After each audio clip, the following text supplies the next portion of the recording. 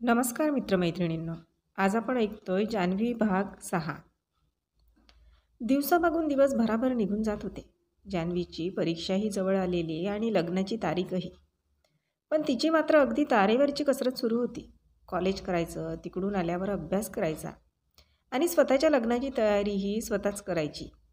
थोडीफार मदत होती काकूची, पण तीही तेवढ्यापुरतीच. बाकी सगळी कामं तिलाच करावी लागणार होती. अभ्यासाचं निमित्त तिला कधी सांगताच आलेलं नव्हतं, तर आता काय सांगणार. कॉलेजमध्ये तास ऑफ असला की पुस्तक वाचत बसायची. 1 मिनिटसुद्धा वाया घालवत नव्हती. माधुरीसोबत बोलणं व्हायचं ते रस्त्याने जाता येताच. कॉलेजमधून आल्यावर तीही जान्हवीला मदत करायला यायची. घरातली सगळी कामं झाली की मोहनसोबत बोलणं व्हायचं, पण जास्त वेळ बोलणं तिला आवडत नव्हतं आणि वेळही नव्हता. आता वेळ वाया घालवला तर रात्री बराच वेळ तिला जागत बसावं लागायचं आणि लाईट सुरू असला की काकूचाही ओरडा पडायचा. अभ्यास करताना कितीही म्हटलं तरी मन भरकटायचं. नाही म्हटलं तरी नवीन ठिकाणी रुजायचं. मुलींना टेन्शन येतच. त्याला जान्हवी अपवाद कशी असणार?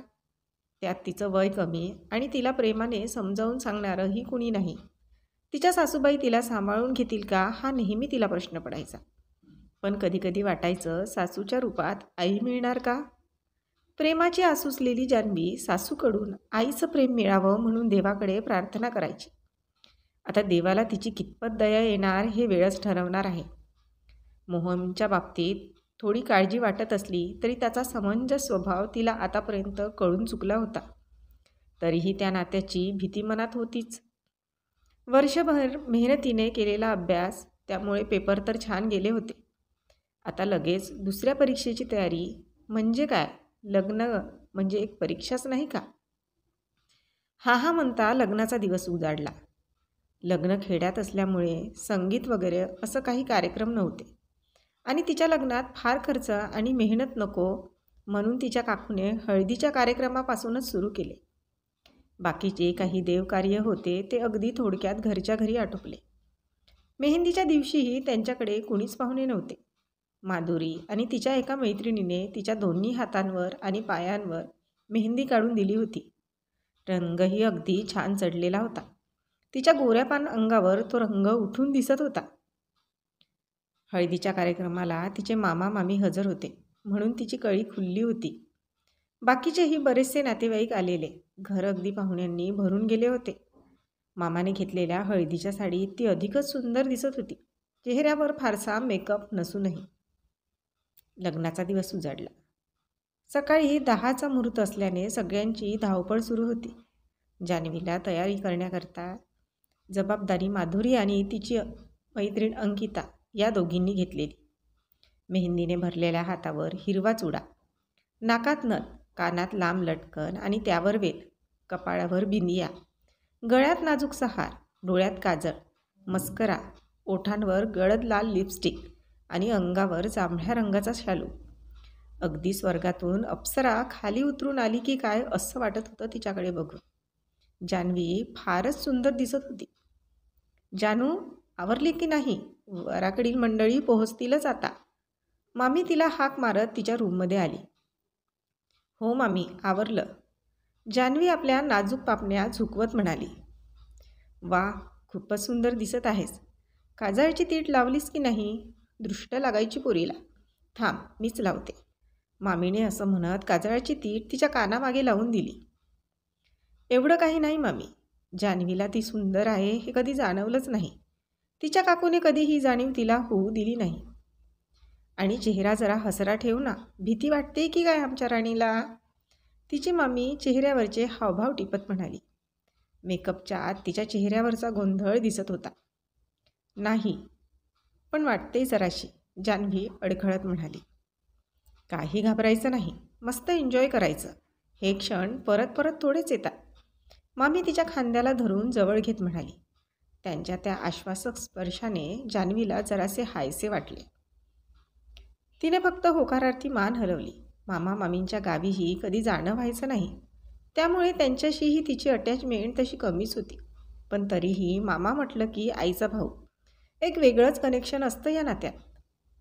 बरं आहे, मी बाहेर. वरात आली की येते तुला घ्यायला, मामी म्हणाल्या आणि बाहेर निघून गेल्या. वाजत गाजत वरात मंडपाच्या दारात पोहोचली. वराकडील मंडळींचं स्वागत करून त्यांना मंडपात आणण्यात आलं. तिच्या मामा मामी तिला मंडपात न्यायला आले होते. जाताना तिने माधुरीचा हात घट्ट पकडून ठेवला होता. त्यात तिच्या मनातली भीती व्यक्त होत होती. स्टेजच्या जवळ आल्यावर माधुरीने तिचा हात सोडवून घेतला आणि तिच्या खांद्यावर थोपटत तिला समोर जायला सांगितले. जान्हवी तिच्या मामा मामी आणि मैत्रिणींसोबत मंडपात आली. मोहन आणि जान्हवीच्या मध्ये अंतरपाठ धरण्यात आला. मंगलाष्टकं सुरू झाली. एकमेकांना हार घातले गेले. मोहनने जान्हवीच्या गळ्यात मंगळसूत्र घालून लग्नगाठ पक्की केली. सप्तपदी चालून दोघांनी एकमेकांना 7 जन्माच्या बंधनात बांधून घेतले. नातेवाईक आणि मित्रमंडळींसोबत फोटो काढणे सुरू होते. जेवणाचा कार्यक्रम पण काही वेळाने आटोपला. आता नवरीला सासरी पाठवणीचा कार्यक्रम सुरू होता. माधुरीच्या डोळ्यात अश्रू होते आणि जान्हवीच्या पण. विसरशील ना मला आता? माधुरी तिच्यात गळ्यात पडून रडत होती. त्यांच्या रडण्यातून त्यांच्या घट्ट मैत्रीचं दर्शन होत होतं. तसं गावात तर सगळ्यांनाच माहीत होतं, पण पाहुण्यांसाठी मात्र हे सगळं नवीन होतं. नाही ग, वेडी आहेस का? तुला कशी विसरेन? दोघी एकमेकींच्या गळ्यात पडून बराच वेळ रडत होत्या. शेवटी माधुरींच्या आईने दोघींना समजावून दूर केले.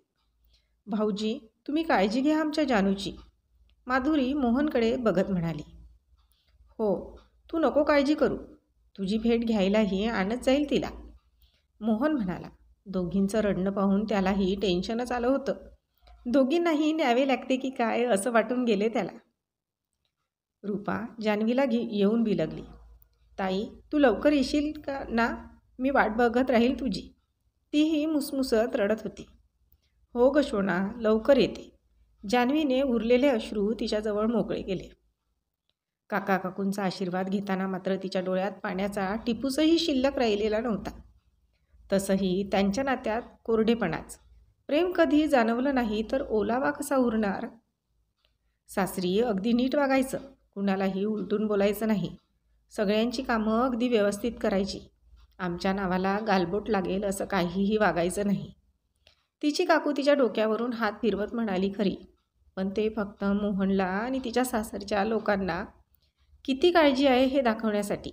जान्हवीलाही ते चांगलंच माहीत होतं. जान्हवीने मान हलवत होकार दिला. काकांनी काही न बोलता फक्त आशीर्वाद दिला. लहान आहे पोरगी, सांभाळून घ्या. मोहनजवळ ते एवढेच बोलू शकले. मामा मामी आणि बाकी सर्व मोठ्या मंडळीच्या पाया पडून जान्हवी सासरी निघाली. गाडीत मोहनच्या शेजारी बसून तिचा सासरचा प्रवास सुरू झाला. गाडीत बसल्यावर फक्त एकदा तिने घराकडे मागे वळून बघितले. तिची अवस्था मोहनला अगदी अचूक कळत होती. त्याने तिचा हात आपल्या हातात घेत तिला धीर देण्याचा प्रयत्न केला. भूतकाळातल्या सर्व आठवणी भरभर डोळ्यासमोरून जात होत्या. त्याच्यासोबतच प्रवास कसा संपला हेही कळले नाही. गाडी मोहनच्या घरी दारात थांबली तेव्हा ती भानावर आली. अरे दादा, थांब, एवढी काय घाई आहे आत यायची? मोहनच्या बहिणींनी दोघांना दारात उभं केलं. अगं आई, लवकर ये ना बाहेर, रागिनी आपल्या आईला आवाज देत होती. हो आलेच ग, मोहनच्या आईने दोघांना ओवाळून घेतलं. जान्हवी, हे माप ओलांडून आत ये, मोहनची आई म्हणाल्या. नाही नाही, थांब वहिनी, आधी एक छानसा उखाणा घे, रागिणी म्हणाली. घे ना लवकर, आत नाही यायचं का तुला? रागिणी पुन्हा एकदा म्हणाली. जान्हवीने मोहनकडे बघितले. तो नजरेनेच तिला रिक्वेस्ट करत होता. वहिनी, दादाकडे नंतर बघ, आधी आमची डिमांड, निकिता, मोहनची मावस बहीण म्हणाली. रोहिणीला 7 चंद्राची, सागराला 7 सरितेची, अखंड लापो 7 मला मोहनरावांची. जान्हवीने पाठांतर केलेला उखाणा जसाच्या तसा म्हटला. अरे वा, छानच, आता तुझा नंबर, निकिता म्हणाली. आता मी कशाला, घेतला ना जान्हवीने, मोहन म्हणाला. नाही हा, असं नाही चालणार, तुला पण घ्यावाच लागेल उखाणा, रागिनी आपल्या भावाकडे बघत म्हणाली. बरं बरं, मोहनला काय त्यांच्यासमोर हात टेकवावेच लागले. रंग जरी सारखा असला, सोन्याची किंमत पितळला येणार नाही, जान्हवीसारखा हिरा शोधूनही सापडणार नाही. दादा 1 नंबर, निकिता म्हणाली. झालं असेल तुमचं तर आत येऊ द्या आता त्यांना. उजव्या पायाने माप ओलांडा बाळा. मोहनची आई अगदी प्रेमळ आवाजात म्हणाल्या. जान्हवी माप ओलांडून देशमुख परिवारात गृहप्रवेश केला आणि मोहनच्या आयुष्यातही आता ती सौ जान्हवी मोहन देशमुख झाली होती. तर आजचा भाग इथपर्यंतच. भेटूया पुढच्या भागात लवकरच. तोपर्यंत आमच्या या भागाला लाईक आणि कॉमेंट्स करायला विसरू नका. धन्यवाद.